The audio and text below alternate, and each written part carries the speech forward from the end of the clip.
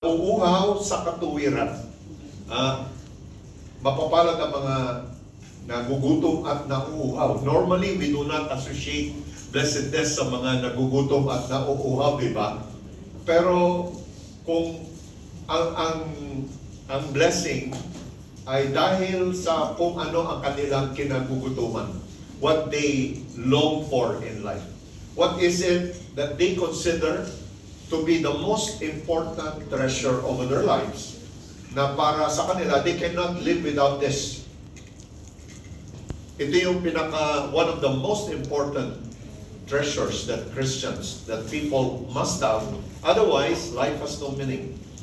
Sabi po ni Jesus, kahit ikaw ang pinakamayamang tao sa mundo, kung wala kay Kristo, walang kabuluhan yan. Yes. But God's people are discovering that when you have Jesus, when you have the righteousness na gustong ibigay ng Panginoon, life could be different for you. So sabi niya, mapapalad ang mga nagugutom at nauuhaw sa katuwiran sapagkat sila'y pupusugin.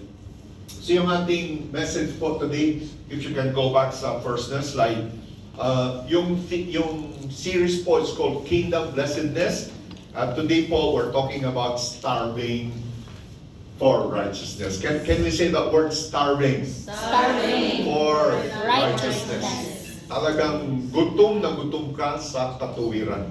Gusto mo na ma-experience ang katuwiran. Gusto mo na ikaw ay maging isang matuwid na tao. Gusto mo na mga anak mo, ang pamilya mo, ang bansa mo ay maging makatuwiran na tao, pamilya at bansa. Gusto mo yan.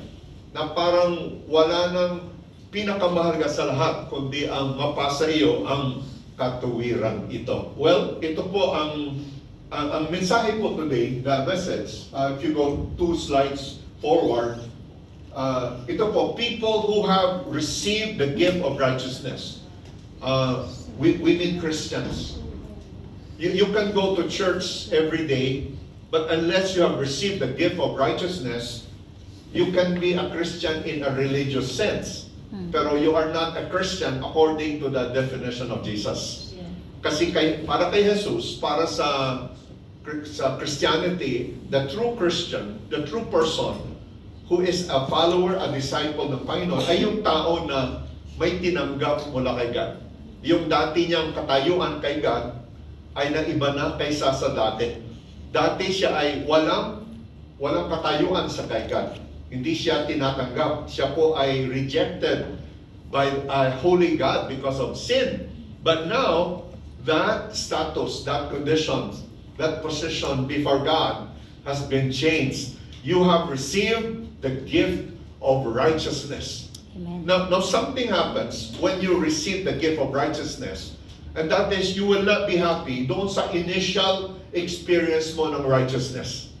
Let me say that again. There is a longing for more.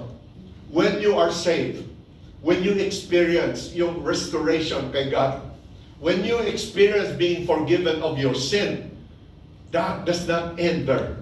You want more. You want a cleansing. Nilinis ka na. Bukas gusto mo pang mas malinis pa.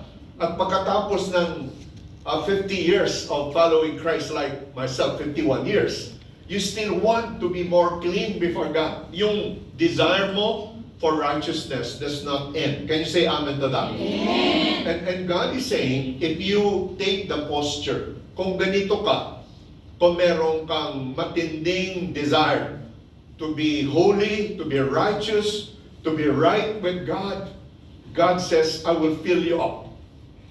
I will fill you up. Pupunuin kita, huhubugin kita. Aayusin ko ang buhay mo. At you will be the most blessed person on the face of the earth. Can you say amen to that? Amen. Can we say, gusto ko yan? Gusto ko yan.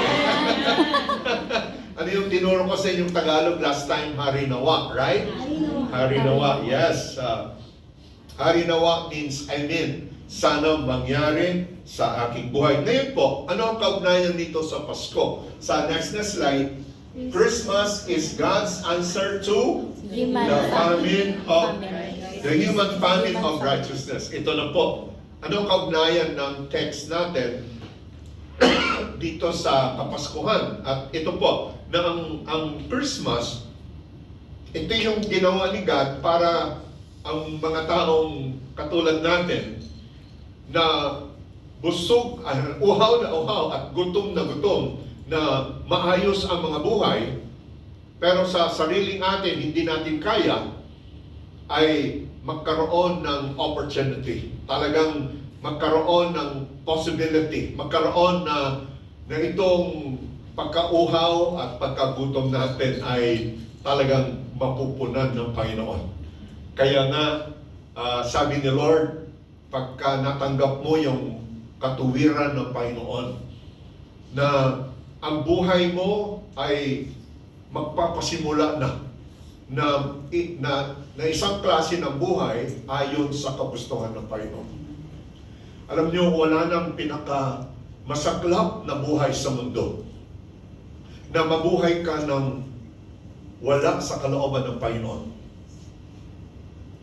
That's terrible, isn't it? Na nandito ka sa mundo, na experience mo yung mga kabutihan ng God sa creation. Merong wisdom ka, may good health ka, may pera ka, pero hindi naman ayos ang relasyon mo kay God. Sayang, no? Sayang. Pero when you come to Christ, when you are born again, when you receive the gift of righteousness, your life will begin to be aligned to the will of God. And God will look at you every day, and God will say, that's my daughter, that's my servant. I'm so happy with her. I treasure her, I value her, I accept her. Amen ba? Amen. So yan po yung ating titingnan ngayon. First of all, let me talk to you about the reason for our desires. Ano ba yung dahilan? Bakit may mga longings tayo? Ilan po dito ang gustong maging maganda? Amen. Ay, sarap nagtaas ng kamay. Ay, nako, yung iba pangit yata. I think every person, especially ladies, no, you want to be beautiful. Amen. Yes. You want to be beautiful because God created you in His image. Yes. And because of that, you're a beautiful person. I think for men, God created us in His image, and men, they long to be respected. Amen. That's the primary needs for men. Respect. Kaya yung tili, hindi pwede. Okay, but hindi yun ang topic natin ngayon.